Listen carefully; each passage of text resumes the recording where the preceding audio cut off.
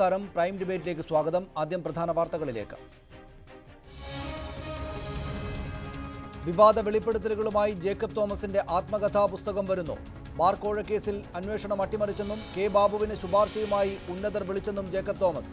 Pattoor, T O. Sooraj കേസുകളിലെ അന്വേഷണം അവസാനിപ്പിച്ചത് ഉന്നതരെ ശത്രുക്കളാക്കി. ജോലി പൂർത്തിയാക്കാതിരിക്കാൻ ഉന്നത ഇടപെടലുകളുണ്ടായെന്നും ജേക്കബ് തോമസ് ന്യൂസ് 18നോട്.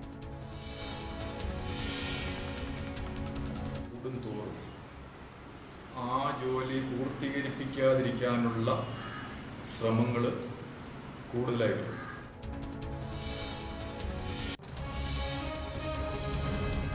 ഒന്നാം വർഷത്തെ സർക്കാരിന്റെ അവകാശവാദങ്ങളെ തള്ളി പ്രതിപക്ഷം. രാഷ്ട്രീയ രംഗം ശുദ്ധീകരിച്ചെങ്കിൽ ഇ.പി. ജയരാജൻ എന്തിന് രാജിവെച്ചുവെന്ന് രമേശ് ചെന്നിത്തല. എടുത്തു പറയാൻ ഒരു നേട്ടം പോലുമില്ലാത്ത സർക്കാരാണ് LDF-ന്റേത്. UDF കാലത്തെ നേട്ടങ്ങൾ പിണറായി തങ്ങളുടേതാക്കി അവതരിപ്പിക്കുന്നുവെന്നും പ്രതിപക്ഷ നേതാവ്. സർക്കാരിനെതിരെ കുറ്റപത്രം തയ്യാറാക്കുന്നെന്നും ഇന്നലെ മുഖ്യമന്ത്രി നടത്തിയ വാർത്താസമ്മേളനത്തിലുള്ള മറുപടിയിൽ ചെന്നിത്തല. സർക്കാർ ഭൂമി കയ്യേറിയവർ തിരിച്ചു നൽകണമെന്ന് മുഖ്യമന്ത്രി. കള്ളവിദ്യയിലൂടെ കയ്യേറ്റം നടത്തുന്ന വൻകിടക്കാർക്ക് കൂട്ടുനിൽക്കില്ല. കയ്യേറ്റവും കുടിയേറ്റവും ഒരേ രീതിയിൽ കാണരുത് എന്നും പിണറായി വിജയൻ. ഇടുക്കിയിൽ 5521 പട്ടയങ്ങൾ വിതരണം ചെയ്തു.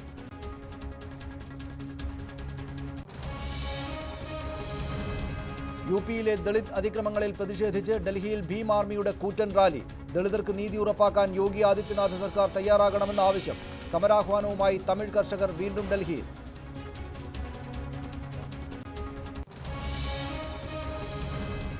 പേട്ട പീഡനത്തിൽ ഗംഗേശാനന്ദ റിമാൻഡിൽ. ചികിത്സ പൂർത്തിയാക്കിയ ശേഷം പ്രത്യേക സെല്ലിലേക്ക് മാറ്റാൻ മജിസ്ട്രേറ്റിന്റെ നിർദ്ദേശം.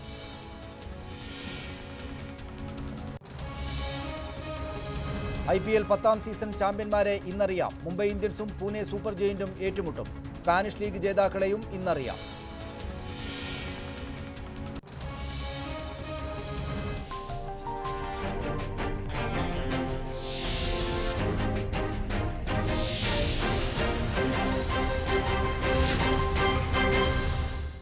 സർക്കാരിന്റെ അവകാശവാദങ്ങളും പ്രതിപക്ഷത്തിന്റെ കുറ്റപത്രവും.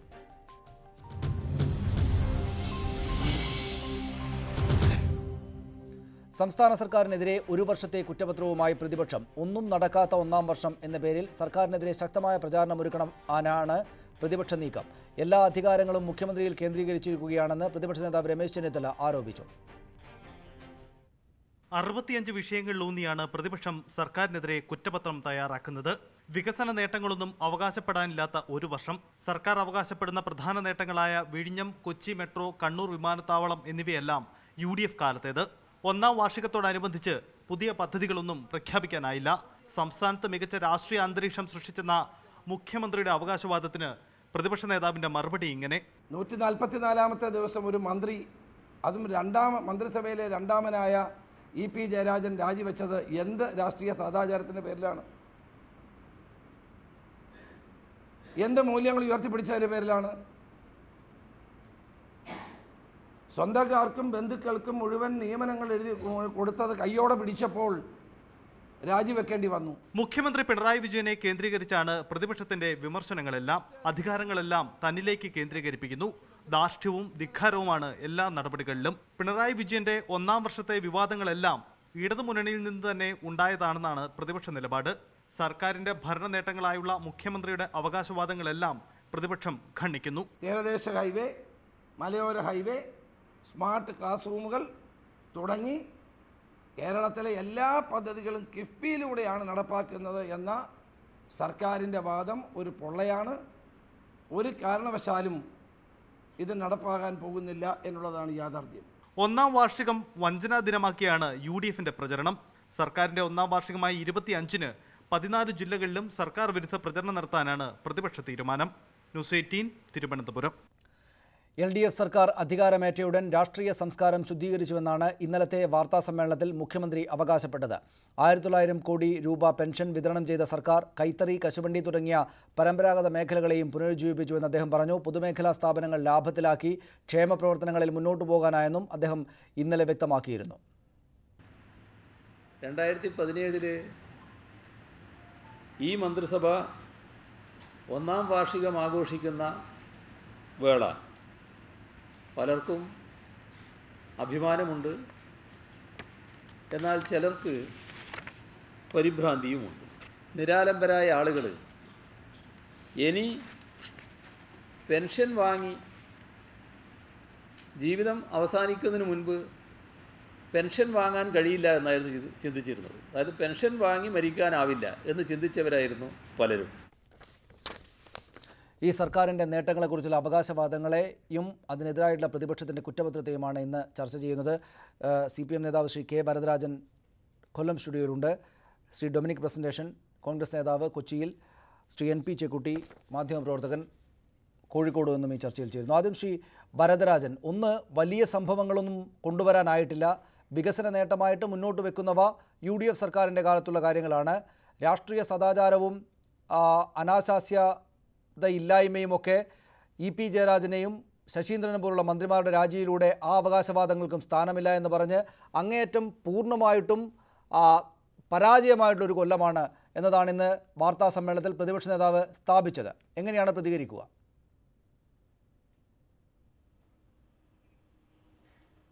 അല്ല, പ്രതിപക്ഷ നേതാവാകുന്നത് ഇങ്ങനെ വാദിക്കുന്നതിലൂടെയാണല്ലോ, അല്ലെങ്കിൽ അദ്ദേഹവും ഭരണകക്ഷി നേതാവായി മാറുമല്ലോ.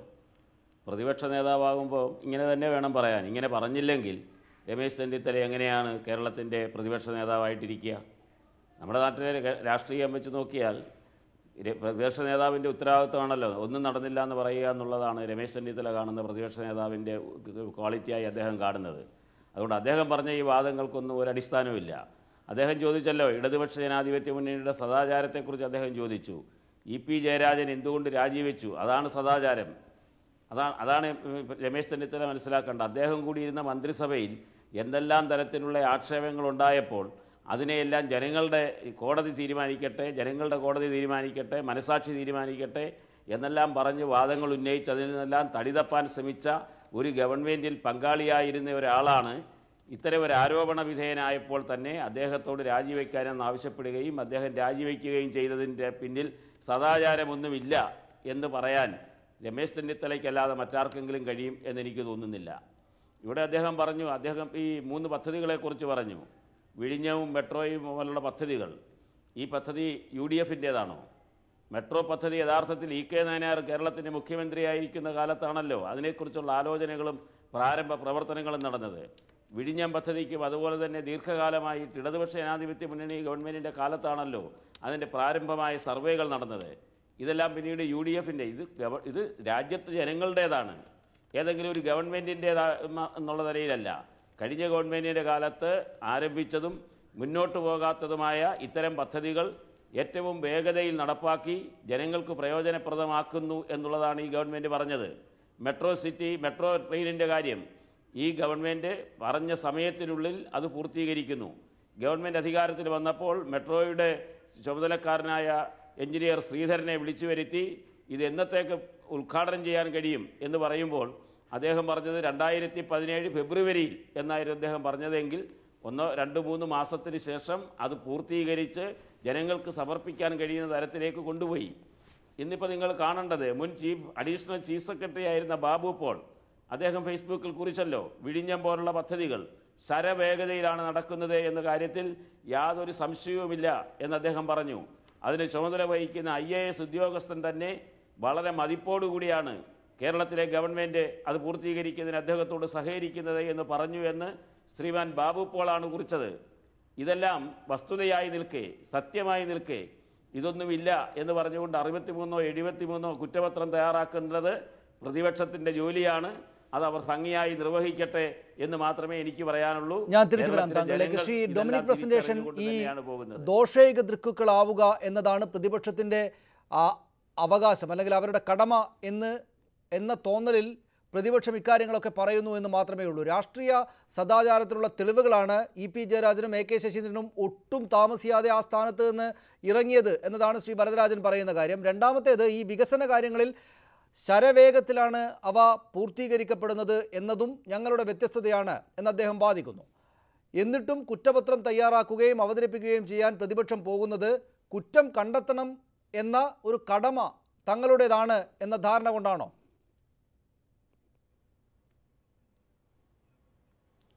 ഒരിക്കലും അല്ലല്ലോ. ഇപ്പോൾ അദ്ദേഹം രാഷ്ട്രീയ സദാചാരം പറഞ്ഞല്ലോ. മുഖ്യമന്ത്രി എന്താ ആവശ്യപ്പെട്ടത്? ഇവിടെ കഴിഞ്ഞ ഗവൺമെൻറ് കാലത്തുണ്ടായ മാതിരി ഒരു സദാചാരമില്ലായ്മ ഈ ഗവൺമെൻറ്റിൽ ഉണ്ടായിട്ടില്ല.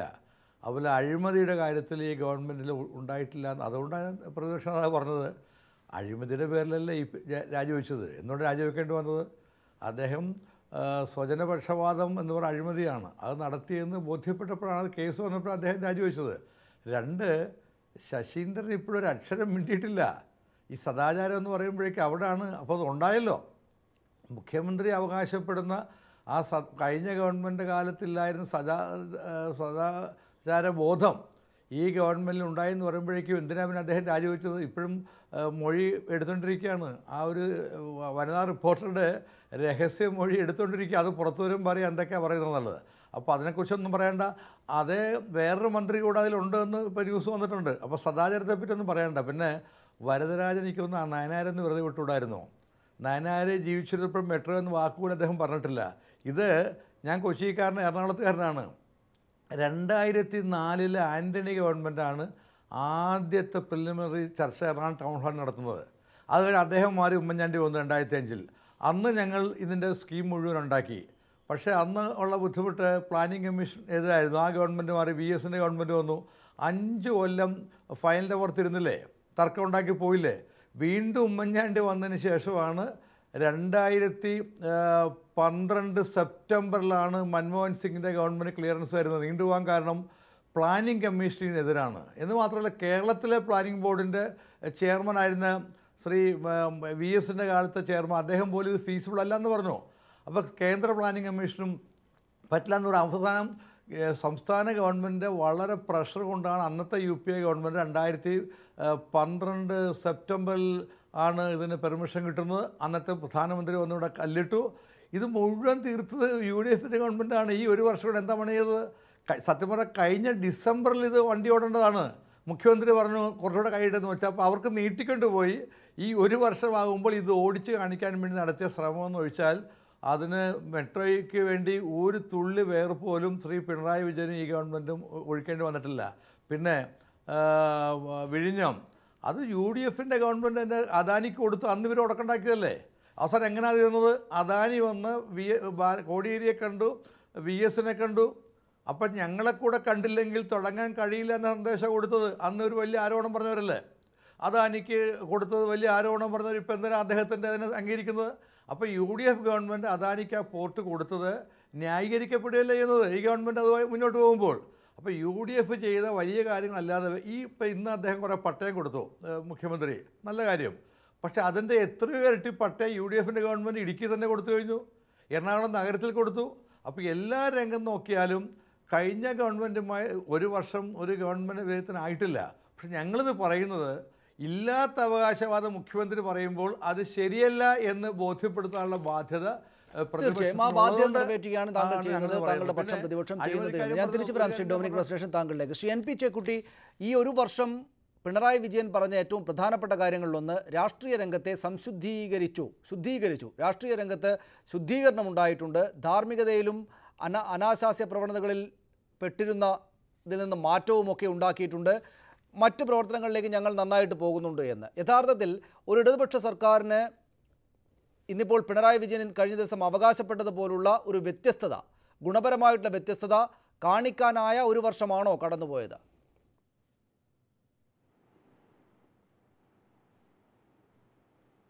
ഞാൻ ഈ കഴിഞ്ഞൊരു കൊല്ലത്തെ സർക്കാരിൻ്റെ പെർഫോമൻസിനെ സംബന്ധിച്ച് വളരെ സംതൃപ്തനല്ല. യഥാർത്ഥത്തിൽ മുഖ്യമന്ത്രി എന്ത് പറഞ്ഞു കഴിഞ്ഞാലും ശരി, മുൻകാല ഇടതുപക്ഷ സർക്കാരുകളുടെ തന്നെ റെക്കോർഡുമായിട്ട് നമ്മൾ താരതമ്യപ്പെടുത്തുന്ന സമയത്ത് ഈ ഒരു വർഷം ഒരു എന്താ പറയുക നിരാശാജനകമായിരുന്നു എന്ന് തന്നെ പറയേണ്ടി വരും.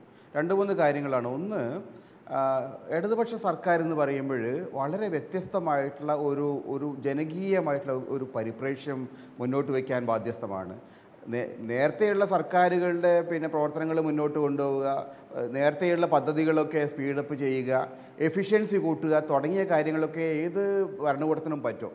നേരെ മറിച്ച് ഒരു ജനകീയമായിട്ട് ഞാനൊരു ഉദാഹരണം പറയാം. നായനാരുടെ ഭരണകാലത്ത് 97 സർക്കാരിൻ്റെ കാലത്ത് ജനകീയ ആസൂത്രണം എന്ന് പറഞ്ഞൊരു പദ്ധതി കേരളത്തിൽ കൊണ്ടുവന്നു. ആ പദ്ധതി കേരളത്തിലെ സമീപകാല ചരിത്രത്തിലൊന്നുമില്ലാത്ത വിധം വളരെ സബ്സ്റ്റാൻഷ്യലായ മാറ്റങ്ങൾ ഉണ്ടാക്കിയിട്ടുണ്ട്. അത്തരത്തിലുള്ള നിരവധി പദ്ധതികൾ 57 സർക്കാരിൻ്റെ കാലം മുതലേ നമുക്ക് കാണാൻ കഴിയും ഇടതുപക്ഷത്തിൻ്റെ ഭാഗത്ത്. അങ്ങനെയൊന്നും ഈ സർക്കാർ അങ്ങനെ ഒരു പുതിയ പരിപ്രേക്ഷ്യം കൊണ്ടുവന്നിട്ടില്ല. നേരത്തെ നടത്തിയ പദ്ധതികൾ ഇടതുപക്ഷ സർക്കാരോ മറ്റ് UDF സർക്കാരോ കൊണ്ടുവന്ന വിഴിഞ്ഞമായാലും ശരി, കണ്ണൂരായാലും ശരി, മറ്റേതായാലും ശരി, ഇതൊക്കെ മുമ്പോട്ട് കൊണ്ടുപോകുന്നതല്ലാതെ എന്തെങ്കിലും ഗൗരവമുള്ള ഒരു പ്രവർത്തനം കാണുന്നില്ല. രണ്ടാമത്തെ കാര്യം, ഗവൺനൻസിൻ്റെ എഫിഷ്യൻസി, ഭരണകൂടത്തിൻ്റെ പ്രവർത്തനങ്ങളുടെ എഫിഷ്യൻസി, അതിലൊരു എന്തെങ്കിലും നേട്ടങ്ങൾ ഉണ്ടാക്കാനും ഈ സർക്കാരിന് പറ്റിയതായിട്ട് കാണുന്നില്ല. അതിലേറ്റവും പ്രധാനം ഉദ്യോഗസ്ഥ തലത്തിൽ IAS ആയാലും ശരി, IPS ആയാലും ശരി, ഈ വിഭാഗങ്ങളുമായിട്ടൊക്കെ തന്നെ ഒരു ഏറ്റുമുട്ടൽ സമീപനത്തിൻ്റെ രീതിയിലാണ് ഈ സർക്കാർ വന്നത്.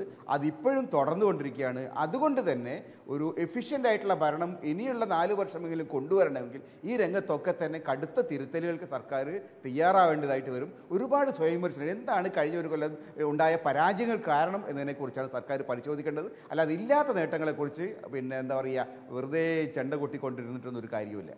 അതാണ് ശ്രീ വരദരാജൻ, ഈ കഴിഞ്ഞ സർക്കാരിൻ്റെ അവസാന കാലത്ത് ഒരുപാട് അഴിമതി ആരോപണങ്ങൾ, ആക്ഷേപങ്ങൾ ഉണ്ടായിട്ടുണ്ട്. ആ അവസാന കാലത്തെ UDF സർക്കാരിൻ്റെ പ്രവർത്തനങ്ങളോടോ അല്ലെങ്കിൽ അതേക്കുറിച്ച് വന്ന വാർത്തകളോടോ ചേർത്ത് വെച്ചല്ല നിങ്ങളുടെ സർക്കാരിനെ പരിശോധിക്കേണ്ടത്.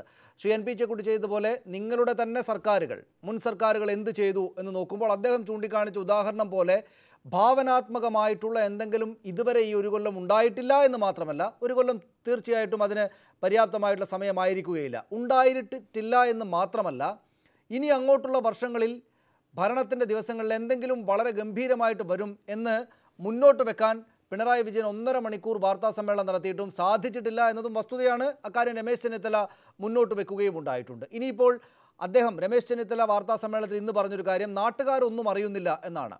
ഇനിയിപ്പോൾ ഞങ്ങൾ നടത്താൻ പോകുന്ന കാര്യങ്ങൾ മുൻകൂട്ടി അങ്ങനെ നാട്ടുകാർ അറിയേണ്ടതില്ല എന്നതുകൊണ്ടായിരിക്കുമോ ഇപ്പറയുന്ന നല്ല ഭാവിയാണ് വരാനിരിക്കുന്നത്, ഞങ്ങൾ ചിലതൊക്കെ ചെയ്യും, മുൻ സർക്കാരുകൾ തുടക്കമിട്ടതല്ലാതെയുള്ള ചില കാര്യങ്ങൾ ഞങ്ങൾ ചെയ്യും എന്നതിന് ഒരു ഉറപ്പും എന്തുകൊണ്ടാണ് നിങ്ങൾക്ക് നൽകാനാവാത്തത്?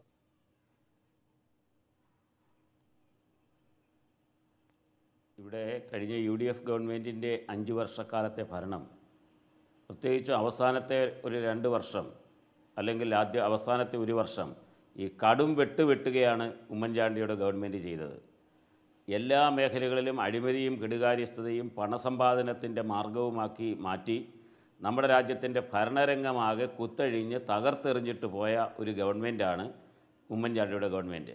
ഖജനാവ് പോലും കാലിയാക്കി, ഒട്ടേറെ പാവപ്പെട്ട പെൻഷൻകാർക്ക് പോലും പെൻഷൻ കൊടുക്കാതെ കുടിശ്ശികയാക്കി എല്ലാം ഇട്ടിട്ട് പോയ ആ ഗവൺമെൻറ്റിൻ്റെ ഭരണത്തിന് ശേഷം കയ്യാളിയ ഈ ഭരണം നേരെ ഒരു ട്രാക്കിലെത്തിക്കുക എന്ന വലിയ ശ്രമകരമായ ജോലിയാണ് കഴിഞ്ഞ 1 വർഷക്കാലം ചെയ്തത്. ആ ജോലി തുടരുകയാണ്. തീർച്ചയായും ഭരണരംഗത്തൊട്ടേറെ മാറ്റങ്ങൾ അനിവാര്യമാണ്. ഒരു വിമർശനങ്ങൾക്കും വിധേയമല്ലാത്ത ഭരണമാണെന്നൊന്നും ഞങ്ങൾ അവകാശപ്പെടുന്നില്ല. ഏതെങ്കിലും പോരായ്മകളോ തെറ്റുകളോ ചൂണ്ടിക്കാണിക്കുന്നെങ്കിൽ അത് പരിശോധിക്കാനും പരിഹരിക്കാനും മുന്നോട്ട് കൊണ്ടുപോകുന്നതിന്, അത് പ്രചോദനമാക്കുന്നതിനും ഇടതുപക്ഷ ജനാധിപത്യ മുന്നണി ഗവൺമെൻറ് തയ്യാറാണ്. സാക്ഷരത പോലെ, ജനകീയാസൂത്രണം പോലെയുള്ള വലിയ ഭാവനാപൂർണമായ പദ്ധതികൾ ഇടതുപക്ഷ ജനാധിപത്യ മുന്നണിയുടേതായിരുന്നു. ഇപ്പോൾ നവകേരള മിഷൻ എന്ന് പറയുന്ന പുതിയ പദ്ധതി ഗവൺമെൻറ് മുന്നോട്ട് വയ്ക്കുകയാണ്. ആ പദ്ധതി വളരെ വേഗത്തിൽ നടപ്പാക്കുക എന്നുള്ളതാണ്. ഈ ഗവൺമെൻറ്റിൻ്റെ 5 വർഷക്കാലം പൂർത്തീകരിക്കുമ്പോൾ ഒരു പുതിയ കേരളം സൃഷ്ടിക്കപ്പെടും എന്ന കാര്യത്തിൽ യാതൊരു സംശയവുമില്ല. ആ 4 മിഷനുകളിലൂടെ വിദ്യാഭ്യാസ, ആരോഗ്യ, പാർപ്പിട, അതുപോലെ തന്നെ നമ്മുടെ രാജ്യത്തിൻ്റെ ഹരിതപൂർണമായിട്ടുള്ള ഒരു നാടിനെ ഉണ്ടാക്കുക എന്ന നിലയിൽ, ശുചിത്വപൂർണമായ ഒരു നാടിനെ ഉണ്ടാക്കുക എന്ന നിലയിലുള്ള ഈ 4 മിഷനുകൾ പ്രവർത്തിച്ച് മുന്നോട്ട് പോകുന്നതോടുകൂടി ഒരു പുത്തൻ കേരളത്തിൽ സൃഷ്ടിക്കപ്പെടും എന്ന കാര്യത്തിൽ യാതൊരു സംശയവുമില്ല. ഇപ്പോൾ ഏറ്റവും പ്രധാനപ്പെട്ട കാര്യം നവകേരളം ഉണ്ടാക്കുക എന്നൊക്കെ പറയുമ്പോൾ അത് വിശ്വസിക്കാൻ നാട്ടുകാർക്ക് തോന്നുന്ന വിധത്തിൽ എന്തെങ്കിലും കാര്യങ്ങൾ ഉണ്ടായിട്ടുണ്ടോ? 2 മന്ത്രിമാർ 120 ദിവസമാവുന്നതിനിടയ്ക്ക് രാജിവെക്കേണ്ടി വന്നു. രണ്ടും അങ്ങേയറ്റം മോശമായിട്ടുള്ള സാഹചര്യങ്ങളിലാണ്. ഈ പറയുന്ന രാഷ്ട്രീയ ധാർമ്മികത, ശുദ്ധീകരണം എന്നതൊക്കെ അവകാശവാദമായി മുന്നോട്ട് വെക്കുമ്പോൾ അത് എടുത്ത് പ്രയോഗിക്കാൻ പറ്റുന്ന സംഗതികളല്ല. എന്തുകൊണ്ടെന്നാൽ കഴിഞ്ഞ സർക്കാരിൻ്റെ അവസാന കാലത്ത് അങ്ങേയറ്റം വഷളായിരുന്നു കാര്യങ്ങളെന്ന് താങ്കൾ പറയുന്നത് വിശ്വസിച്ചാൽ തന്നെയും ആ വിശ്വസിച്ച് നിങ്ങളെ എടുത്തിരുത്തിയ ആളുകൾക്ക് മുന്നിൽ ശുഭകരമായിട്ടുള്ള കാര്യങ്ങളല്ല ആദ്യത്തെ 120 ദിവസത്തിനകത്തുണ്ടായത്. 2 മന്ത്രിമാർക്ക് അങ്ങേയറ്റം വഷളായ സാഹചര്യങ്ങൾ ഇറങ്ങിപ്പോകേണ്ടി വന്നു. അതുകൊണ്ട് ഈ മുന്നോട്ട് വെക്കുന്നു, ഞങ്ങളിതാ നവകേരളമാണ് ഉണ്ടാക്കാൻ പോകുന്നത് എന്ന് പറയുമ്പോൾ അതിനുള്ള തെളിവുകൾ നിങ്ങൾ എന്താണ് വെച്ചുള്ളത്? ഏത് മേഖലയിൽ നിന്നാണ് അതിനുള്ള തെളിവുകൾ നാട്ടുകാരെടുക്കേണ്ടത്?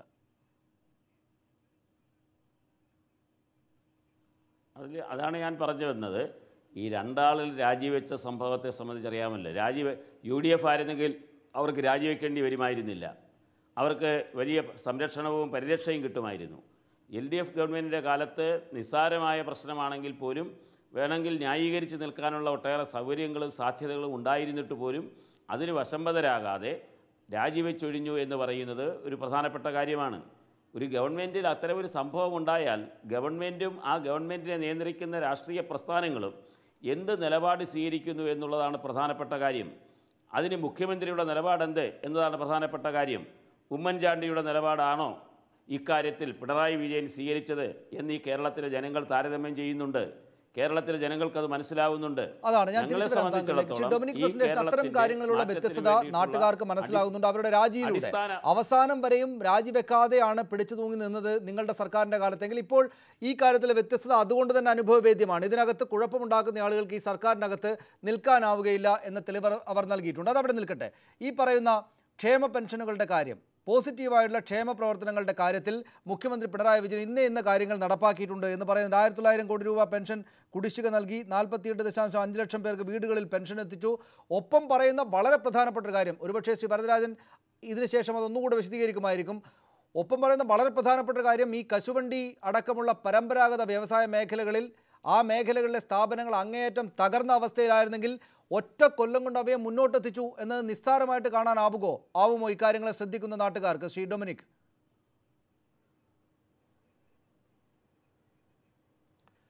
ഇതിൻ്റെ അകത്ത് ശ്രീ വരദരാജൻ പറഞ്ഞൊരു കാര്യമുണ്ടല്ലോ, ഈ അഴിമതിരഹിതവും ധാർമ്മികതയുടെ പ്രശ്നം. ഞാൻ ചോദിച്ചോട്ടെ, ശ്രീ ബാലകൃഷ്ണ പിള്ളയെ കേരളത്തിലെ രാഷ്ട്രീയ നേതാക്കളിൽ അഴിമതിക്ക് കുറ്റം ചാർത്തി ജയിലിൽ പോയ ആളാണ് ബാലകൃഷ്ണപിള്ള. അന്ന് ഞങ്ങളുടെ കാലത്താണ് അദ്ദേഹം മന്ത്രിയായിരുന്നത്. ഞങ്ങൾ അദ്ദേഹത്തെ തള്ളിപ്പറഞ്ഞില്ല. പക്ഷെ അന്ന് അദ്ദേഹമാണ് ഏറ്റവും വലിയ അഴിമതിക്കാരനായ ബാലകൃഷ്ണപിള്ളയെ സഹായിക്കുന്ന UDFനെതിരായിട്ടല്ലേ അച്യുതാനന്ദ ഫൈറ്റ് ചെയ്തത്. ഇപ്പോഴെന്താ അച്യുതാനന്ദൻ്റെ സെയിം പോസ്റ്റിലേക്ക് അദ്ദേഹം വന്നില്ലേ? അപ്പോൾ ജനങ്ങൾ അവിടെ നോക്കുന്നത് അഴിമതിക്കെതിരായി പറയുകയും ഞങ്ങൾ UDFൻ്റെ കൂടെ ഉള്ളപ്പോൾ ബാലകൃഷ്ണപിള്ള അഴിമതിക്കാരനാണെന്നും ജയിലിൽ പോകുന്ന ബാലകൃഷ്ണപിള്ളയെ ഞങ്ങൾ പിന്താങ്ങുന്നത് പറയുകയും ഇപ്പോഴദ്ദേഹത്തെ പിടിച്ച് അതേ പോസ്റ്റിലിരുത്തുന്നു. അതുപോലെ മാണി സാറ് അഴിമതിക്കാരൻ ഞങ്ങളൊരിക്കലും പറഞ്ഞിട്ടില്ല. പക്ഷേ ഇവരാണ് പറഞ്ഞത് മാണി സാറ് അഴിമതിക്കാരനാണെന്ന്. എന്തെല്ലാം ബഹളമുണ്ടാക്കി. അവർ തന്നെ ഇപ്പോൾ മാണിയുമായി ഐക്യം ഉണ്ടാക്കിയിരിക്കുന്നു. ഒരു ബുദ്ധിമുട്ട് അവർക്കില്ല. കോട്ടയത്ത് ആദ്യം ഒരു ഐക്യം ഉണ്ടാക്കി അവർ പറഞ്ഞു അതുപോലെ നിങ്ങളൊരു താൽക്കാലിക ഏർപ്പാടാണ്. അപ്പോൾ വീണ്ടും പിന്താങ്ങിയിരിക്കുന്നു. അതിൻ്റെ അർത്ഥം UDFൻ്റെ കൂടെ നിൽക്കുന്ന കാലത്ത് അഴിമതി പറയുക, ഇവരുമായി ബന്ധപ്പെടാൻ ശ്രമിക്കുമ്പോൾ അവരെയൊക്കെ വെള്ളപൂശുക. ഇത് ജനങ്ങൾ വിശ്വസിക്കുമോ? പിന്നെ ക്ഷേമ പെൻഷൻ്റെ കാര്യം പറഞ്ഞു. ഉമ്മൻചാണ്ടിയുടെ അവസാനത്തെ ബഡ്ജറ്റിൽ ഞങ്ങൾ മിക്കവാറും ക്ഷേമ പെൻഷൻ 600-900 രൂപയാക്കി കൂട്ടിക്കൊടുത്തു. എന്ന് മാത്രമല്ല 2016 ജനുവരി വരെയുള്ള എല്ലാ കുടിശ്ശിക ഞങ്ങൾ കൊടുത്തിരുന്നു. ഓണക്കാലത്ത് നമ്മുടെ പോസ്റ്റ് ഓഫീസിൽ കൊടുത്ത പണം അവർ ചില പ്രശ്നമുണ്ടായി അത് ജനങ്ങളിലേക്ക് എത്തിയില്ല. ആ പണം പോലും ഞങ്ങൾ തിരിച്ചെടുത്ത് കൊടുത്തിട്ടാണ് ഞങ്ങൾ പോകുന്നത്. പിന്നെ ജനുവരിക്ക് ശേഷമുള്ള 3 മാസത്തെ കുടിശ്ശിക ഇവരെപ്പോഴാണ് കൊടുത്തത്? സെപ്റ്റംബർ ഓണത്തിന് ശേഷം പിന്നെ കൊടുത്തിട്ടില്ലല്ലോ. അപ്പോൾ ഈ 1900 കോടി എന്ന് പറയുന്നത് അത് കഴിഞ്ഞ ഗവൺമെൻറ് കാലത്ത് 3 മാസത്തെ കുടിശ്ശികയുള്ളൂ. ബാക്കി ഇവർ കൊടുക്കേണ്ടതാണ്. അപ്പം പിന്നെ കശുവണ്ടി ഫാക്ടറി കാര്യം, എത്ര ഫാക്ടറി അവിടെ തുറന്നു? ഇപ്പോഴും അവിടെ സമരം നടക്കുന്നില്ലേ? അതിൻ്റെ പേരിൽ ആരോപണം ഇപ്പോഴും നിൽക്കുന്നില്ലേ? ഈ കശുവണ്ടി ഫാക്ടറി തുറന്നതിൻ്റെ പേരിൽ ഇപ്പോഴും ആരോപണം നിൽക്കുന്നു അവിടെ മന്ത്രിക്കെതിരായി. അപ്പോൾ അതുകൊണ്ട് ഇവർ ഈ കഴിഞ്ഞ കാലത്ത് എടുത്തൊരു സ്റ്റാൻഡുണ്ട്.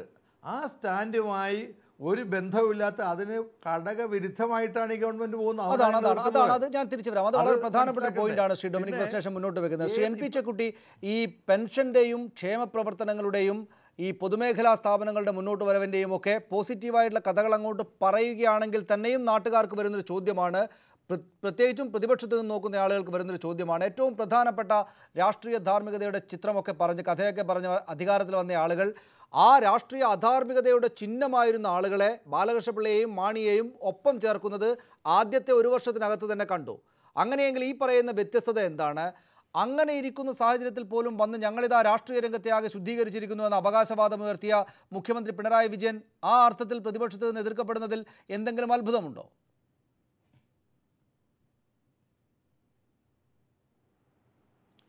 എനിക്ക് തോന്നുന്നത് മുഖ്യമന്ത്രി യഥാർത്ഥത്തിൽ ഇടതുപക്ഷ രാഷ്ട്രീയത്തിൻ്റെ ഒരു പരമ്പരാഗത രീതിയിൽ നിന്ന് മാറാനുള്ള ശ്രമമാണ് നടത്തുന്നത്.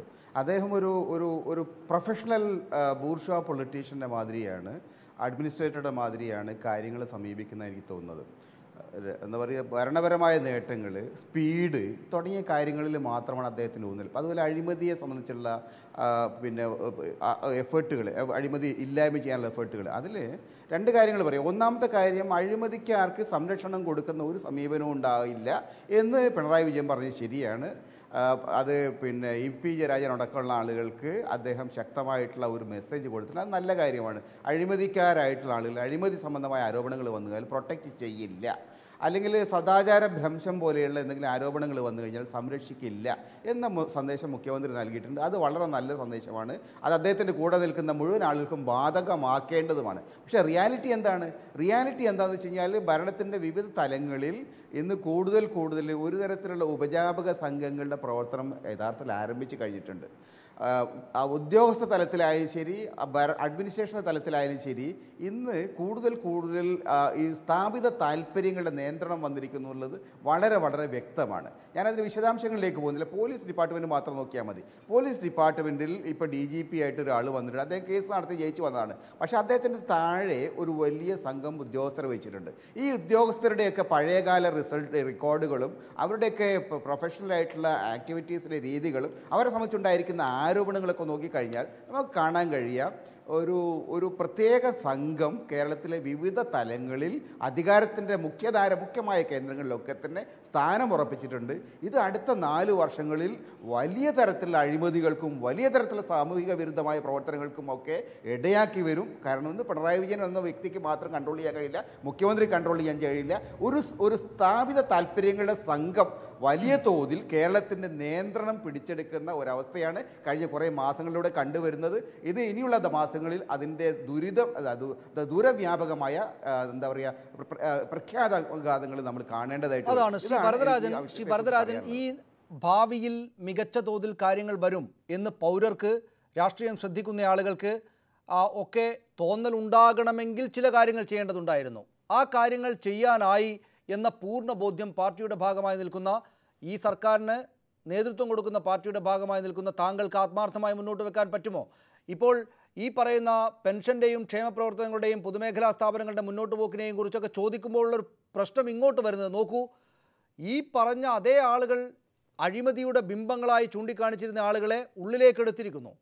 ഇവരുടെ കൂട്ടത്തിൽ ഈ സർക്കാരിൻ്റെ ഭരണകാലത്ത് നടക്കുന്ന കാര്യങ്ങളെ വെച്ച് ആലോചിക്കുകയാണെങ്കിൽ ശ്രീ NP ചേക്കുട്ടി ചൂണ്ടിക്കാണിക്കുന്നത് പോലെ മുന്നോട്ടേക്ക് വരുമ്പോൾ ഈ ഉപജാപക സംഘം, കുഴപ്പക്കാരുടെ സംഘം, പലയിടങ്ങളിലായിട്ട് പിടിമുറുക്കിയിരിക്കുന്ന ആളുകൾ കുഴപ്പമാണ് ഉണ്ടാക്കാൻ പോകുന്നത് എന്ന നെഗറ്റീവായിട്ടുള്ള ചിന്താഗതിയാണ് കാര്യങ്ങളെ കാണുന്ന ആളുകൾക്ക് വരുന്നത്. ആ അർത്ഥത്തിൽ ആദ്യത്തെ കൊല്ലം ശുഭകരമായിട്ടുള്ളൊരു ഭാവിയിലേക്കുള്ള സൂചനകൾ നിങ്ങൾ നൽകിയിരുന്നെങ്കിൽ ആളുകൾക്ക് പോസിറ്റീവായിട്ടിരിക്കാമായിരുന്നു. പോസിറ്റീവായിട്ടിരിക്കാൻ പറ്റുന്ന, പോസിറ്റീവായിട്ടുള്ള ചോദ്യങ്ങൾക്ക് നെഗറ്റീവായിട്ടുള്ള ഉത്തരങ്ങൾ കൊണ്ട് വായ മൂടിപ്പോകുന്ന സിറ്റുവേഷനാണ് നിങ്ങളുടെ സർക്കാർ ഉണ്ടാക്കിയിരിക്കുന്നത് എന്ന കാര്യത്തിൽ സംശയമില്ല.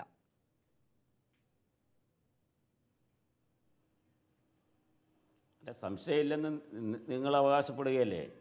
ഞങ്ങളെ സംബന്ധിച്ചിടത്തോളം ബാലകൃഷ്ണപിള്ളയുടെയും KM മാണിയുടെയും കാര്യത്തിൽ ഞങ്ങളുടെ നിലപാട് വ്യക്തമാക്കിയിട്ടുണ്ട്. മാണിക്ക് നൽകിയ പിന്തുണ കോൺഗ്രസിനെയും BJPയെയും തദ്ദേശ സ്വയംഭരണ സ്ഥാപനങ്ങളടക്കമുള്ള സ്ഥാപനങ്ങളിൽ നിന്നും അധികാരത്തിൽ നിന്ന് അകറ്റി നിർത്തുക എന്ന ഞങ്ങളുടെ നയത്തിൻ്റെ ഭാഗമായിട്ടാണ്.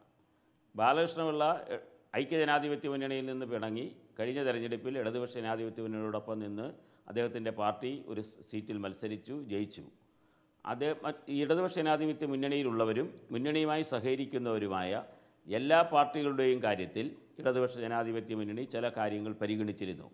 ചില ബോർഡുകളും കോർപ്പറേഷനുകളുമൊക്കെ അവർക്ക് നൽകിയിരുന്നു. അങ്ങനെ നൽകിയ കൂട്ടത്തിലാണ് ബാലകൃഷ്ണപിള്ളയെയും അക്കാര്യത്തിൽ പരിഗണിച്ചത്.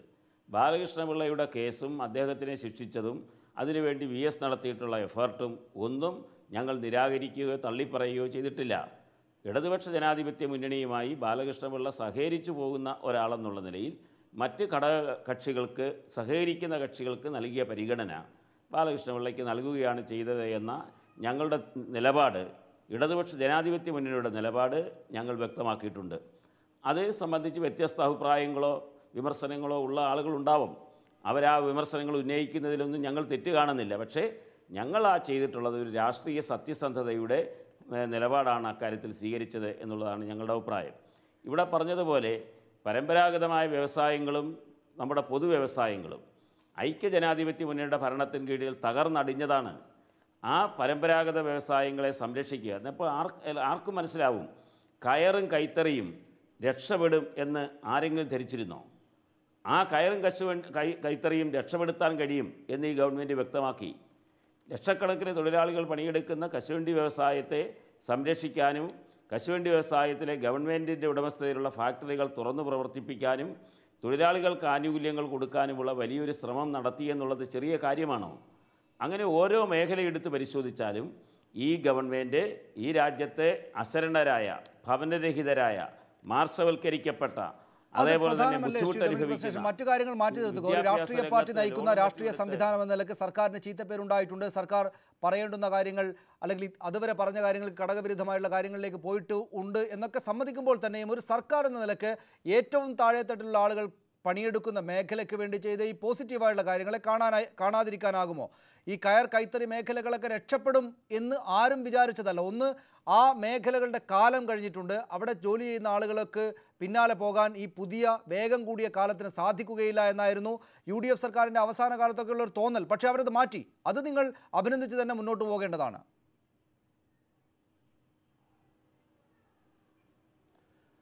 ഇത് സസ്റ്റൈനബിൾ ആവണ്ടേ? എത്ര കാലം ഗവൺമെൻറ് ഇങ്ങനെ പണം കൊടുത്ത് നിർത്തും? ഇപ്പോൾ തന്നെ കൊല്ലത്ത് സർക്കാർ ഉടമകളുടെ കശുവണ്ടി ഫാക്ടറി തുറന്നിട്ടുള്ളൂ, സ്വകാര്യ മേഖല ഒന്നും തുറന്നിട്ടില്ല.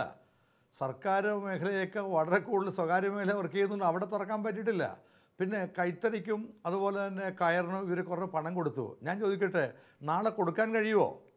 ഇന്ന് നിങ്ങൾ 100 രൂപ കൊടുത്തെങ്കിൽ നാളെ 10 രൂപ കൊടുക്കാൻ കഴിച്ച ഗവൺമെൻറ് സാമ്പത്തിക സ്ഥിതി എന്താണ്?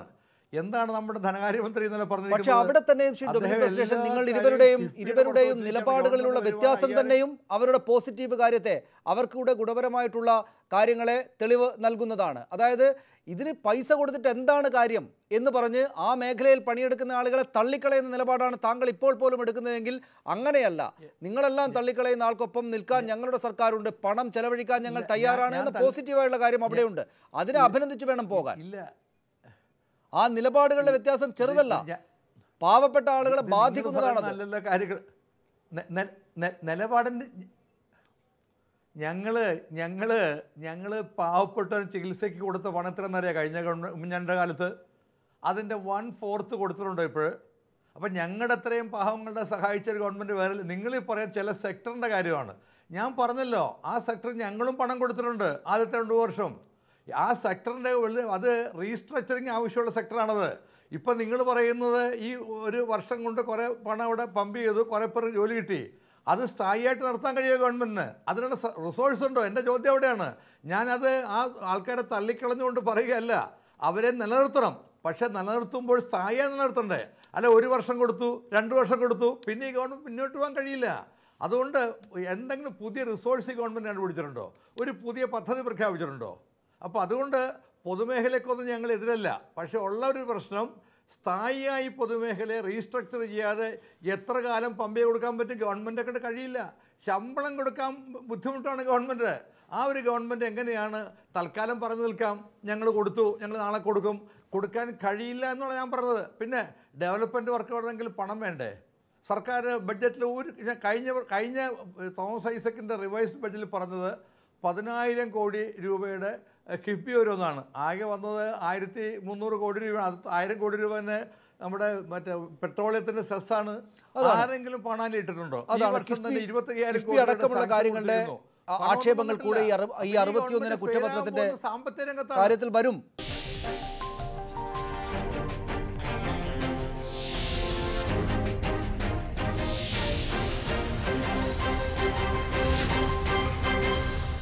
ശ്രീ ഭരതരാജൻ, അവകാശവാദങ്ങളും കുറ്റപത്രങ്ങളും അതിലെ ആക്ഷേപങ്ങളും ഒക്കെ അവിടെ നിൽക്കട്ടെ. ഇന്നിപ്പോൾ രമേശ് ചെന്നിത്തല വാർത്താ സമ്മേളനത്തിൽ പറഞ്ഞ മറ്റൊരു പ്രധാനപ്പെട്ട കാര്യം, മുഖ്യമന്ത്രി ഏതാണ്ട് ഏകാധിപതിയെ പോലെ എല്ലാ കാര്യങ്ങളും ഇടപെട്ടുകൊണ്ട് അദ്ദേഹം മാത്രമായിട്ടാണ് ഭരണം നടത്തുന്നത് എന്ന നിലയ്ക്കുള്ള ആക്ഷേപം അദ്ദേഹം മുന്നോട്ട് വയ്ക്കുകയുണ്ടായി. ജനാധിപത്യപരമായിട്ടല്ല അദ്ദേഹത്തിൻ്റെ മുന്നോട്ട് പോക്ക് എന്ന്.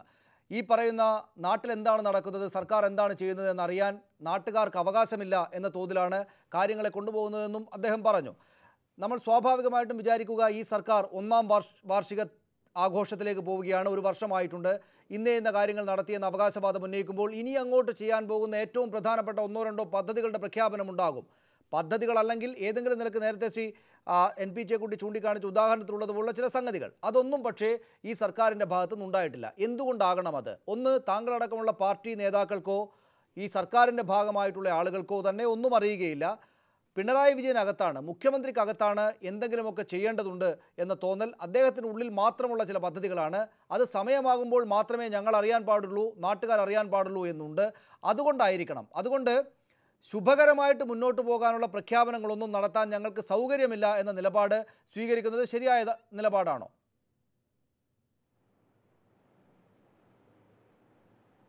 അല്ലേ, രമേശ് ചെന്നിത്തല മുഖ്യമന്ത്രി പിണറായി വിജയൻ അധികാരം കൈയാളുന്നു എന്ന് പറയുമ്പോൾ, ഏകാധിപതിയെപ്പോലെ പ്രവർത്തിക്കുന്നു എന്ന് പറയുന്നത്, അദ്ദേഹം ഇന്ദിരാഗാന്ധിയുടെ ശിഷ്യനാണെന്നുള്ള കാര്യം മറന്നു പോകരുത്. ഇന്ദിരാഗാന്ധിക്കുള്ള ഉണ്ടായിരുന്ന അധികാരമോഹത്വം ആണോ പിണറായി വിജയനുള്ളത്? ഇന്ദിരാഗാന്ധിക്കുണ്ടായിരുന്ന സ്ഥാനത്തോടുള്ള അമിതമായ വാഞ്ചയാണോ പിണറായി വിജയനുള്ളത്? അങ്ങനെയുള്ള കോൺഗ്രസ്സുകാരെ മറ്റുള്ളവരെ ഇങ്ങനെ ഉപദേശിക്കാൻ നടക്കരുത്. ഞങ്ങളെ സംബന്ധിച്ചിടത്തോളം വളരെ വ്യക്തമാണ്. ഞങ്ങൾ ഒരു മാസം മുമ്പാണ് CPIM-ൻ്റെ സംസ്ഥാന കമ്മിറ്റി ഈ ഗവൺമെൻറ്റിൻ്റെ ഒരു വർഷക്കാലത്തെ പ്രവർത്തനങ്ങളെക്കുറിച്ച് വിശദമായി പരിശോധിക്കുകയുണ്ടായി. വരുന്ന ഒരു വർഷക്കാലം ഇടതുപക്ഷ ജനാധിപത്യ മുന്നണി ഗവൺമെൻറ് ചെയ്യേണ്ട കാര്യങ്ങളിൽ പാർട്ടിക്കുള്ള അഭിപ്രായങ്ങൾ ഞങ്ങൾ സംസ്ഥാന കമ്മിറ്റിയിൽ ചർച്ച ചെയ്യുകയുണ്ടായി. അത് ഇടതുപക്ഷ ജനാധിപത്യ മുന്നണിക്കുള്ളിൽ അവതരിപ്പിച്ച് പൊതു സ്വീകാര്യത നേടി നടപ്പാക്കുന്നതിനെക്കുറിച്ചാണ് ഇപ്പോൾ ഞങ്ങൾ ആലോചിക്കുന്നത്. ആ തരത്തിൽ നടപ്പുമ്പോൾ കേരളത്തിൻ്റെ അടിസ്ഥാന വികസനത്തിനാണ് ഇപ്പോൾ ഞങ്ങൾ മുൻതൂക്കം കൊടുക്കുന്നത്. നാഷണൽ ഹൈവേകൾ, അതുപോലെ തന്നെ തീരദേശ റോഡുകൾ, ഹൈറേഞ്ച് പാതകൾ, അതുപോലുള്ള യാത്രാ സംവിധാനങ്ങളും സൗകര്യങ്ങളും വിപുലപ്പെടുത്തുക, അടിസ്ഥാനപരമായിട്ടുള്ള വികസനത്തിന് സാധ്യതയുള്ള കാര്യങ്ങൾ കൊണ്ടുവരിക, കേരളത്തിൻ്റെ സാമ്പത്തിക സ്ഥിതിയിൽ ഇന്നുള്ള പ്രശ്നങ്ങൾക്ക് പരിഹാരമുണ്ടാക്കാൻ കഴിയത്തക്ക തരത്തിൽ സ്റ്റേറ്റ് ബാങ്ക് ഓഫ് ഇന്ത്യയെ അടക്കം റിസർവ് ബാങ്ക് ഓഫ് ഇന്ത്യയിൽ ലയിപ്പിച്ചു കൊണ്ടുപോകുന്ന ഗവൺമെൻറ്റിൻ്റെ നയങ്ങൾക്കെതിരായി കേരള ബാങ്ക് എന്ന് പറയുന്ന ഒരു പുതിയ സംരംഭം ഈ വർഷം തന്നെ കൊണ്ടുവരിക. ഇങ്ങനെ ഒട്ടേറെ പദ്ധതികൾ ഞങ്ങളുടെ കയ്യിലുണ്ട്. ബൃഹത്തായ പദ്ധതികളെ സംബന്ധിച്ചല്ല ഇപ്പോൾ ഞങ്ങൾ ആലോചിച്ചിട്ടുള്ളത്. അടിസ്ഥാനപരമായി കേരളത്തിൻ്റെ വികസനത്തിന് സാധ്യമാവുന്നത് എല്ലാം ചെയ്യുക എന്ന നിലയിൽ കേരളം ഒരു വലിയ വ്യാവസായിക സംസ്ഥാനമൊന്നും ആക്കാൻ സാധ്യമല്ല. കേരളത്തെ ടൂറിസം അതേപോലെയുള്ള മേഖലകളിലൂടെ കേരളത്തെ വികസിപ്പിക്കാനും കേരളത്തിൻ്റെ സാമ്പത്തിക പ്രതിസന്ധിക്ക് പരിഹാരം കാണാനും കഴിയൂ. വിദേശ മലയാളികളുടെ സഹായത്തോടുകൂടി അവരെ പരമാവധി അവരുടെ സഹായം തേടി കേരളത്തിൻ്റെ വ്യവസായിക രംഗത്ത്, ചെറുകിട വ്യവസായ രംഗങ്ങളിലും മറ്റും അവരെ പങ്കാളികളാക്കുന്നതിനുള്ള വലിയ ബൃഹത്തായ പദ്ധതി ഞങ്ങൾ ആസൂത്രണം ചെയ്യുന്നുണ്ട്. അങ്ങനെ നോർക്ക വഴി വിദേശ മലയാളികൾക്ക് ലഭിക്കേണ്ട സംരക്ഷണത്തെ സംബന്ധിച്ച് പ്രത്യേകമായ പരിശോധനകൾ നടത്തുന്നുണ്ട്. മുഖ്യമന്ത്രി തന്നെ വിദേശ രാജ്യങ്ങൾ സന്ദർശിച്ച് അവിടുത്തെ മലയാളികളുമായി നടത്തിയിട്ടുള്ള ചർച്ചകളും അതിൽ ഉരുത്തിരിഞ്ഞു വന്ന കാര്യങ്ങളും ഈ വർഷത്തിൽ തന്നെ നടപ്പാക്കാനുള്ള നടപടികൾ സ്വീകരിക്കണമെന്ന് ഭരതരാജൻ ഈ പറയുന്നത് പോലെ സാക്ഷരതാ പ്രസ്ഥാനം പോലെ ആരോഗ്യപരിപാലന രംഗത്തും ജനകീയാസൂത്രണമൊക്കെ പോലെ ആ തരത്തിൽ സാക്ഷരതാ പ്രസ്ഥാനം പോലെ ആ തരത്തിലുള്ള വലിയ മെഗാ കേരളത്തിലെ ജനങ്ങളുടെ ജീവിത രീതിയെ ആകെ തന്നെയും മാറ്റുന്ന പുതിയ ഒന്ന് എന്നത് ഈ സർക്കാരിൽ നിന്ന് പ്രതീക്ഷിക്കേണ്ട എന്നാണ്. ഞങ്ങൾ വളരെ അടിസ്ഥാനപരമായിട്ടുള്ള ചില കാര്യങ്ങളാണ് ഈ സർക്കാരിൻ്റെ കാലത്ത് ശ്രദ്ധ വെക്കുന്നത് എന്നാണ്. അല്ല, ഞാൻ ആദ്യമേ പറഞ്ഞല്ലോ, നവകേരള മിഷൻ എന്ന് പറയുന്ന പദ്ധതി ഈ ഗവൺമെൻറ്റിൻ്റെ പുതിയ പദ്ധതിയാണ്. ആ പദ്ധതി നടപ്പാകുന്നതോടുകൂടി ഒരു പുതിയ കേരളം സൃഷ്ടിക്കപ്പെടും. അത് ഞാൻ ആദ്യം തന്നെ ഞാൻ ചർച്ച തുടങ്ങുമ്പോൾ പറഞ്ഞു. നവകേരള മിഷൻ എന്ന് പറയുന്ന പദ്ധതി, ഹരിത കേരളം, ആദ്രം, അതുപോലെ തന്നെ ലൈഫ് തുടങ്ങിയ പദ്ധതികളിലൂടെ ഈ കേരളത്തിൻ്റെ മാറ്റം, അതുപോലെ തന്നെ വിദ്യാഭ്യാസ രംഗത്ത് കൊണ്ടുവരുന്ന പരിഷ്കാരങ്ങൾ, ഒരു പുത്തൻ കേരളം സൃഷ്ടിക്കപ്പെടും എന്ന കാര്യത്തിൽ യാതൊരു സംശയവുമില്ല. അതാണ് ഞങ്ങളിപ്പോൾ ഈ ഗവൺമെന്റിന്റെ എൻ പി ചെക്കുട്ടി രണ്ട് കാര്യങ്ങളുണ്ട്. ഒന്ന് കഴിഞ്ഞ സർക്കാരുകൾ UDF സർക്കാരുകൾ സാധാരണഗതിയിൽ അവസാന കാലത്ത് ആകമൊത്തം കുഴപ്പമാക്കിയിട്ട് പോകുന്ന കാര്യങ്ങളെ റീസ്ട്രക്ചർ ചെയ്ത് പഴയ അവസ്ഥയിലേക്ക് സാധാരണമായ അവസ്ഥയിലേക്ക് എത്തിക്കാൻ 1 വർഷം വേണം എന്ന് നേരത്തെ ശ്രീ വരദരാജൻ പറയുകയുണ്ടായിട്ടുണ്ട്. രണ്ടാമത്തെ കാര്യം പ്രധാനപ്പെട്ട കാര്യങ്ങളാണ് ഈ പറയുന്ന ഇപ്പോഴും ഭവനരഹിതരായിട്ടുള്ള ആയിരങ്ങളുള്ള നാട്ടിൽ എല്ലാവർക്കും വീട് നൽകുക, പച്ചപ്പ് വളരെ പ്രധാനപ്പെട്ടതാകുന്ന അത് ഇല്ലാതായി പോകുന്ന ഒരു നാട്ടിലേക്ക് തിരിച്ചു പിടിക്കാനായിട്ട് ഹരിത കേരളം പോലുള്ള പദ്ധതികളിൽ ഏർപ്പെടുക. ഇത് രണ്ടും തന്നെയും പ്രധാനപ്പെട്ടതാണ്. ആ കാര്യത്തിലെങ്കിലും നമുക്ക് പോസിറ്റീവായിട്ട് ഭാവിയെ നോക്കിയിരിക്കാൻ പറ്റുന്ന അവസ്ഥയുണ്ട് എന്ന് കാണുന്നുണ്ടോ താങ്കൾ?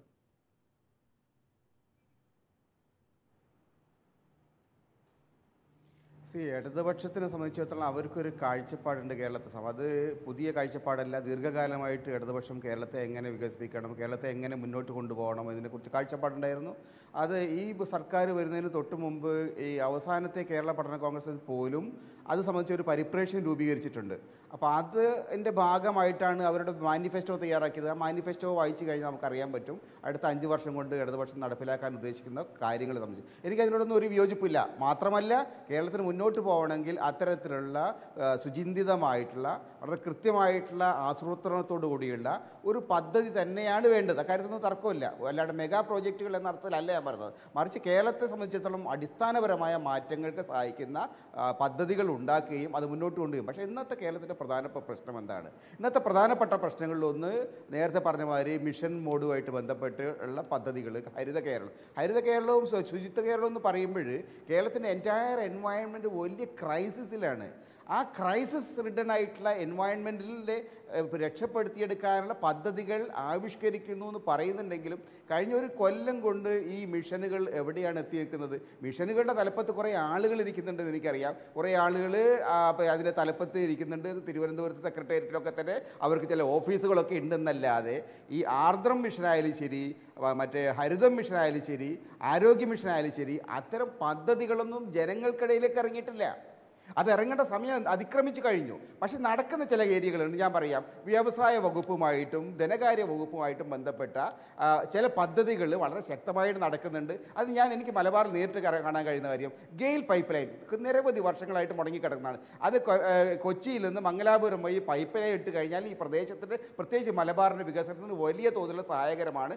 അത് മലപ്പുറം, കോഴിക്കോട് ജില്ലകളിൽ വളരെ എന്താ പറയുക ചില തെറ്റിദ്ധാരണകളുടെ അടിസ്ഥാനത്തിൽ മാത്രം മുടങ്ങിക്കിടക്കുകയായിരുന്നു കഴിഞ്ഞ കുറേ വർഷങ്ങളായിട്ട്. അത് വളരെ ശക്തമായിട്ട് മുന്നോട്ട് കൊണ്ടുപോകുന്നതിൽ സർക്കാർ വിജയിച്ചിട്ടുണ്ട്. അത്തരത്തിൽ ഇൻഫ്രാസ്ട്രക്ചർ കൊണ്ടുവരുന്നതിനും ഭാവി വികസനത്തിന് ആവശ്യമായിട്ടുള്ള പിന്നെ ചില എന്താ പറയുക ബോട്ടിൽ നെക്സ് റിമൂവ് ചെയ്യുന്നതിലൊക്കെ തന്നെ കാര്യമായ എഫേർട്ടുകൾ നടക്കുന്നുണ്ട്. പക്ഷേ അതുകൊണ്ട് മാത്രമുണ്ട് വികസനം, സാമ്പത്തിക വികസനം കൊണ്ട് മാത്രം പോരാ.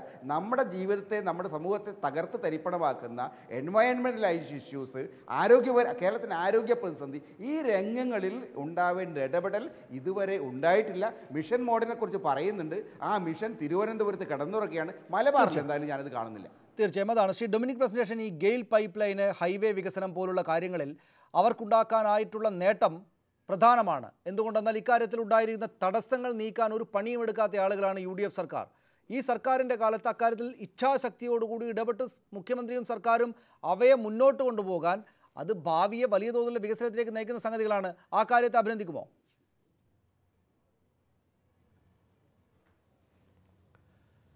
ഈ ഗെയിലിൻ്റെ കാര്യത്തിൽ നിങ്ങൾക്കും തെറ്റുപറ്റി. ഇപ്പം നിങ്ങൾ പറഞ്ഞല്ലോ UDF ഒന്നും ചെയ്യില്ല എന്ന്. UDFിൻ്റെ കാലത്താണ് FACTയിലേക്കും അതുപോലെ അമ്പലമുള്ളിലേക്കും ഞങ്ങളുടെ കാലത്ത് പൈപ്പിട്ട് കൊടുത്തു കഴിഞ്ഞു, ഗ്യാസ് കൊടുത്തു കഴിഞ്ഞു. FACT ഇപ്പോൾ വർക്ക് ചെയ്യുന്നതിന് നല്ല പങ്ക് LNG ഗ്യാസാണ്. അതുപോലെ റിഫൈനറി ഞങ്ങൾ ഇട്ട് കഴിഞ്ഞു. മലബാറിലേക്ക് വന്നപ്പോൾ അതിശക്തമായ എതിർപ്പ് വന്നു. ആരാ എതിർക്കുന്നത്? SDP പോലുള്ള പാർട്ടികൾ. അത് മറ്റ് രീതിയിലേക്ക് വർഗീയവൽക്കരണത്തിലേക്ക് പോലും വന്നു. പല പ്രാവശ്യം മുഖ്യമന്ത്രി തന്നെ മീറ്റിംഗ് വിളിച്ചു കൂട്ടിയിട്ടുണ്ട്. അതുപോലെ തന്നെ കായംകുളത്തേക്ക് ഇടാൻ പോകുമ്പോഴേക്ക് ഫിഷർമെൻ്റെ എതിർപ്പ്. അപ്പം ഞാൻ പറയുന്നത് ഇങ്ങനെയുള്ള എതിർപ്പ് വരുമ്പോഴേക്കും ഒരു പൊളിറ്റിക്കൽ സപ്പോർട്ട് കിട്ടണ്ടേ? ഞങ്ങൾ കഴിഞ്ഞ ഗവൺമെൻറ് കാലത്ത് പ്രതിപക്ഷത്തെ ഞങ്ങൾ വിളിച്ച് കൂട്ടുക, അവിടെ സമ്മതിക്കും, താഴെ പോകുമ്പോൾ നടക്കില്ല. ഇപ്പോൾ ഇവിടെ തന്നെ കൊച്ചിയിൽ തന്നെ സിറ്റി ഗ്യാസ് പദ്ധതി കഴിഞ്ഞ ഗവൺമെൻറ് ആരംഭിച്ചതാണ്. ഇപ്പോഴും 1 വർഷമായിട്ട് കളമശ്ശേരി ഇടാൻ കഴിഞ്ഞിട്ട് എന്തുകൊണ്ടാണ് ശക്തമായ എതിർപ്പ് വരുന്നു? പൊളിറ്റിക്കൽ വില്ല് വരുന്നില്ല. ഞാൻ ഈ ഗവൺമെൻറ് ഒന്നും ആരെങ്കിലും ചെയ്തില്ല എന്ന് പറയുന്നില്ല, പക്ഷേ അവകാശപ്പെടുന്നത് പോലെ ഒന്നുമില്ല. പ്രധാനപ്പെട്ട വേറെ പ്രശ്നം ഞാൻ പറയാം.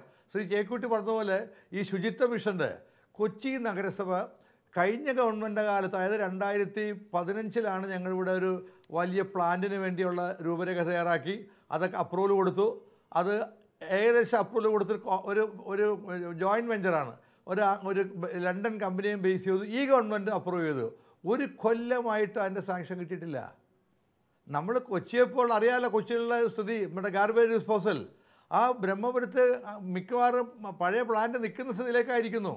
അപ്പോൾ ഈ ശുചിത്വ മിഷൻ എന്ന് പറയുകയും എൻവയറമെൻ്റൽ ആയിട്ട് ഞങ്ങൾ ക്ലിയർ ആക്കുമെന്ന് പറയുകയും കൊച്ചി പോലുള്ള വലിയ നഗരത്തിൽ ക്ലിയർ ചെയ്യപ്പെട്ട പദ്ധതി ഇപ്പോഴും ക്ലിയർ ചെയ്യപ്പെട്ടിട്ടില്ല. തീർച്ചയായും അത്തരം കാര്യങ്ങളുണ്ട്. ഞാൻ ഒന്നുകൂടെ പഠിക്കുകയാണ് സ്റ്റേഷൻ, സമയക്കുറവുണ്ട്. നമുക്ക് അടുത്ത ഒറ്റ കാര്യം കൂടി, ഒരു ചോദ്യം കൂടിയുണ്ട്. അദ്ദേഹം പിണറായി വിജയൻ അന്ന് വാർത്താ സമ്മേളനത്തിൽ നടത്തിയ ഒരു കാര്യം, അതായത് ദേശീയ രാഷ്ട്രീയത്തിൽ, അത് ഈ പറയുന്ന വികസനവുമായി ബന്ധപ്പെട്ടതല്ല, ദേശീയ രാഷ്ട്രീയത്തിലടക്കമുള്ള സംഭവ വികാസങ്ങൾക്ക് ദേശീയ ഭരണ നേതൃത്വത്തിന്, ദേശീയ രാഷ്ട്രീയ ഭരണം നേതൃത്വത്തിലിരിക്കുന്ന രാഷ്ട്രീയ സംഘത്തിന് ബദലായിട്ടുള്ള ചില കാര്യങ്ങൾ കാണിച്ചു കൊടുക്കാൻ കഴിഞ്ഞ ഏക സ്ഥലമാണ് കേരളം.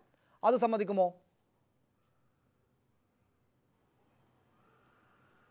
എങ്ങനെ സമ്മതിക്കാനാ? അദ്ദേഹം ഡൽഹിയിൽ പോയിട്ട് ആരെയാണ് കണ്ടത്? കേജ്രിവാളിനല്ലേ? എന്താ കേജ്രിവാളിൻ്റെ പാർട്ടിയുടെ, കേജ്രിവാളിൻ്റെ സ്ഥിതി എന്താ? ഇതാണോ അദ്ദേഹത്തെ രാഷ്ട്രീയ കാഴ്ചപ്പാട്? ഒരു കാര്യം ഞാൻ വ്യക്തമായിട്ട് പറയാം, CPIക്ക് ഒരു കാഴ്ചപ്പാടുണ്ട്. CPIയുടെ കാഴ്ചപ്പാട് കോൺഗ്രസ് ഉൾപ്പെടെയുള്ള കോൺഗ്രസ് നേതൃത്വം കൊടുക്കുന്ന ഒരു മതേതര ജനാധിപത്യ മുന്നണിക്ക് BJPക്ക് ബദലാവാൻ കഴിയൂ. അത് അവരുടെ ഒരു കാഴ്ചപ്പാടുണ്ട്. അതിൻ്റെ തർക്കം ഇവിടെ നടക്കുന്നുണ്ട്. ഞാൻ പറയുന്നത് ഇവർക്കൊരു കാഴ്ചപ്പാട് ബംഗാളിൽ ഇവരില്ലല്ലോ.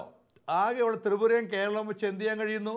അതാണ് പരമ്പരാഗത വാദങ്ങളാണ്. ഞാൻ തിരിച്ചു വരാം, നമുക്ക് സമയക്കുറവുള്ളതുകൊണ്ട്. ശ്രീ NP ചേക്കുട്ടി, രാഷ്ട്രീയമായിട്ട് സംഘപരിവാര രാഷ്ട്രീയ ശക്തികൾ രാജ്യം ഭരിക്കുമ്പോൾ അതിനെതിരായിട്ടുള്ള രണ്ട് പ്രബല പാർട്ടികളാണ് കേരളത്തിലുള്ളത്, കോൺഗ്രസും CPM-ഉം. ഞങ്ങൾ ആ രാജ്യം ഭരിക്കുന്ന സംഘത്തിനെതിരായിട്ടുള്ള രാഷ്ട്രീയ സംഘം എന്ന നിലയിൽ ബദലായിട്ടുള്ള ഒരു ഭരണ സംസ്കാരം കാണിച്ചു കൊടുക്കുന്നു എന്ന അവകാശവാദം ഈ സർക്കാർ ഉയർത്തിയാൽ, അത് ഒരു കൊല്ലത്തെ അതിനുള്ള തെളിവുകളുണ്ട് എന്ന് സർക്കാർ അക്കാര്യം അവകാശവാദമായി ഉന്നയിച്ചാൽ സമ്മതിച്ചു കൊടുക്കാവുന്ന നിലയുണ്ടോ?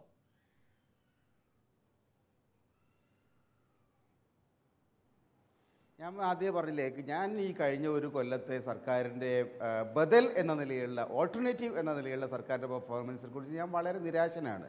അങ്ങനെ ഒരു ബദൽ സംവിധാനത്തെക്കുറിച്ചോ ഒരു ബദൽ രാഷ്ട്രീയ പരിപ്രേക്ഷ്യത്തെക്കുറിച്ചോ സർക്കാർ ചിന്തിക്കുന്നതായിട്ട് കാണാൻ കഴിയുന്നില്ല. നേരെ മറിച്ച് മറ്റെല്ലാ സംസ്ഥാനങ്ങളിലെയും പോലെ, തമിഴ്നാട് ആയാലും ശരി, മഹാരാഷ്ട്ര ആയാലും ശരി, ഗോവ ആയാലും ശരി, അവിടെയൊക്കെ ഉള്ളത് മാതിരി മുൻ സർക്കാരുകൾ നടത്തിയിരുന്ന പദ്ധതികൾ, സാധാരണ നിലയിൽ സാമ്പത്തിക വികസനത്തിന് വേണ്ടിയുള്ള പദ്ധതികൾ കേരളത്തിൽ നടപ്പിലാക്കുന്നു. അത് കുറേ കൂടി എഫിഷ്യൻ്റ് ആയിട്ട് നടപ്പിലാക്കാൻ ശ്രമിക്കുന്നു എന്നതിനപ്പുറം ഒരു ബദൽ എന്ന മട്ടിലുള്ള എന്താണ് എനിക്കിതുവരെ ഒന്നും കാണാൻ പറ്റിയിട്ടില്ല. ഒരുപക്ഷേ പിന്നെ വരുമായിരിക്കും. പക്ഷെ അത് വരണമെങ്കിൽ അടുത്ത 4 വർഷം കൊണ്ട് അത് വരണമെങ്കിൽ അതിന് ആവശ്യമായിട്ടുള്ള ഒരു അന്തരീക്ഷം ഉണ്ടാക്കണം. ആ അന്തരീക്ഷം ജനാധിപത്യത്തിൻ്റെ ഒരു അന്തരീക്ഷമാണ്, പരസ്പര സഹകരണത്തിൻ്റെ ഒരു അന്തരീക്ഷമാണ്, യോജിപ്പിൻ്റെ ഒരു അന്തരീക്ഷമാണ്. കഴിഞ്ഞ ഒരു കൊല്ലം ഏത് തരത്തിലുള്ള യോജിപ്പാണ് നമ്മൾ കേരളത്തിലെ രാഷ്ട്രീയ രംഗത്ത് കണ്ടത്? ഇടതുപക്ഷ ജനാധിപത്യ മുന്നണി കണ്ടത്. അപ്പോൾ അതൊക്കെ നോക്കിക്കഴിഞ്ഞാൽ ജനങ്ങളെ യോജിപ്പിച്ചുകൊണ്ട്, ജനങ്ങളെ ജനാധിപത്യപരമായിട്ട് മതേതരമായിട്ട് കൂട്ടിയോജിപ്പിച്ചുകൊണ്ട് ഒരു പുതിയ ബദൽ ഉണ്ടാക്കാനുള്ള ശ്രമങ്ങൾ നടക്കേണ്ടതാണ്. പക്ഷേ അങ്ങനെ നടക്കുന്നതിൻ്റെ ഒരു ലക്ഷണവും ഇതുവരെ കാണാൻ കഴിയില്ല. താങ്കൾക്ക് ഈ ചർച്ച അവസാനിപ്പിക്കാം. ഒന്ന്, രാഷ്ട്രീയമായിട്ട് നിങ്ങൾക്ക് എന്തെങ്കിലും മാറ്റമുണ്ടാക്കാനായി എന്ന് കാണാനാവുകയില്ല. വികസന പ്രവർത്തനങ്ങൾ ശരിയാണ്, നിങ്ങൾ ചില കാര്യങ്ങളൊക്കെ ചെയ്യുന്നുണ്ട്. കഴിഞ്ഞ സർക്കാരിൻ്റെ അവസാന കാലത്തെ മോശം അവസ്ഥ, അങ്ങേയറ്റം മോശം അവസ്ഥയായതുകൊണ്ട് അത് വെച്ച് നോക്കുകയാണെങ്കിൽ ചില്ലറ വ്യത്യാസങ്ങളുണ്ട് എന്ന് ഒക്കെ സമ്മതിച്ചാൽ തന്നെയും സാധാരണഗതിയിൽ ഒരു ഇടതുപക്ഷ സർക്കാർ പൊതുജനത്തിന്, അവർ ഭരിച്ചുകൊണ്ടിരിക്കുന്ന കാലത്ത് പൊതുജനത്തിന് നൽകാറുള്ള ഒരു പോസിറ്റീവ് ഫീലിംഗ് എന്തായാലും ഈ സർക്കാരിൻ്റെ കാലത്തില്ല.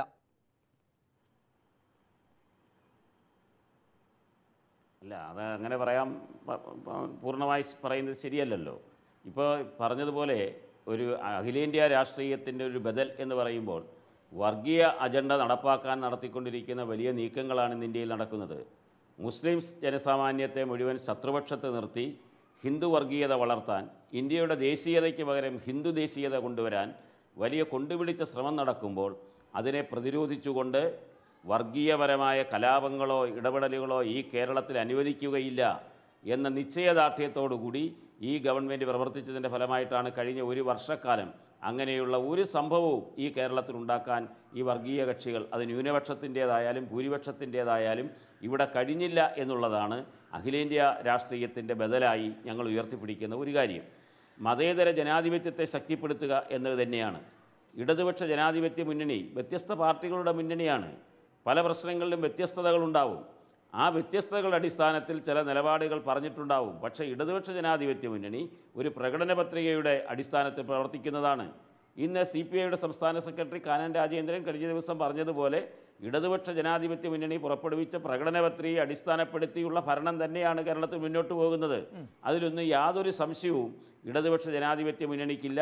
അത് കൂട്ടായും യോജിച്ചുമാണ് മുന്നോട്ട് പോകുന്നത്. CPI വേറെ ചില കാര്യങ്ങൾ ചർച്ച ചെയ്തു എന്ന് പറയുന്നതിന് ഈ കേരള നിയമസഭയിൽ തന്നെ അവരുടെ മന്ത്രി, വളരെ കൃഷി വകുപ്പ് മന്ത്രി ശക്തമായ ഭാഷയിൽ പ്രതികരിച്ചു. CPI കോൺഗ്രസുമായി ചേരാൻ പോകുന്നു എന്നെല്ലാമുള്ള ഭാവനാപൂർണമായ കാര്യങ്ങൾ ഇവിടെ ഇപ്പോൾ പറയുന്നതിൽ കാര്യമില്ല. ഇപ്പോൾ CPI ഇടതുപക്ഷ ജനാധിപത്യ കോൺഗ്രസിന്റെ സ്ഥിതി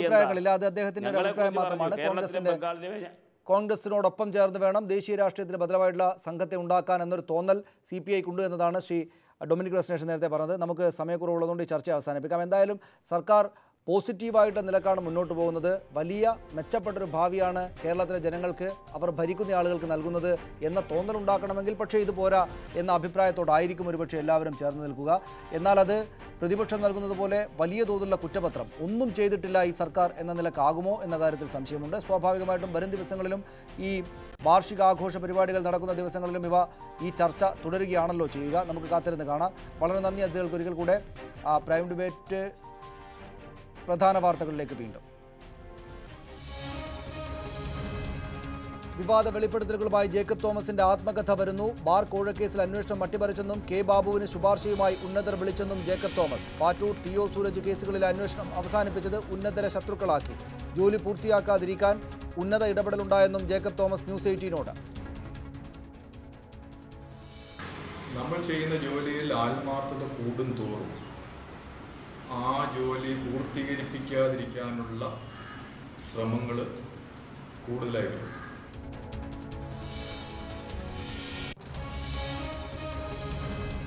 ഒന്നാം വർഷത്തെ സർക്കാരിന്റെ അവകാശവാദങ്ങളെ തള്ളി പ്രതിപക്ഷം. രാഷ്ട്രീയ രംഗം ശുദ്ധീകരിച്ചെങ്കിൽ EP ജയരാജൻ എന്തിന് രാജിവെച്ചുവെന്ന് രമേശ് ചെന്നിത്തല. എടുത്തു പറയാൻ ഒരു നേട്ടം പോലുമില്ലാത്ത സർക്കാരാണ് LDFന്റേത്. UDF കാലത്തെ നേട്ടങ്ങൾ പിണറായി തങ്ങളുടേതാക്കി അവതരിപ്പിക്കുന്നുവെന്നും പ്രതിപക്ഷ നേതാവ്. സർക്കാരിനെതിരെ കുറ്റപത്രം തയ്യാറാക്കുന്നെന്നും ഇന്നലെ മുഖ്യമന്ത്രി നടത്തിയ വാർത്താ സമ്മേളനത്തിലുള്ള മറുപടിയിൽ ചെന്നിത്തല.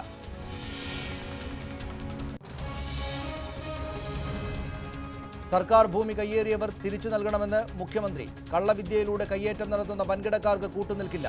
കയ്യേറ്റവും കുടിയേറ്റവും ഒരേ രീതിയിൽ കാണരുത് എന്നും പിണറായി വിജയൻ. ഇടുക്കിയിൽ 5521 പട്ടയങ്ങൾ വിതരണം ചെയ്തു. UPയിലെ ദളിത് അതിക്രമങ്ങളിൽ പ്രതിഷേധിച്ച് ഡൽഹിയിൽ ഭീം ആർമിയുടെ കൂറ്റൻ റാലി. ദളിതർക്ക് നീതി ഉറപ്പാക്കാൻ യോഗി ആദിത്യനാഥ് സർക്കാർ തയ്യാറാകണമെന്ന ആവശ്യം. സമരാഹ്വാനവുമായി തമിഴ് കർഷകർ വീണ്ടും ഡൽഹിയിൽ.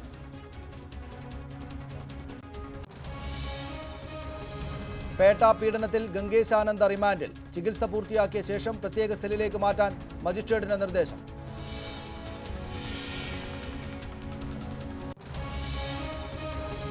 പ്രൈം ഡിബേറ്റ് പൂർണ്ണമാകുന്നു. നമസ്കാരം.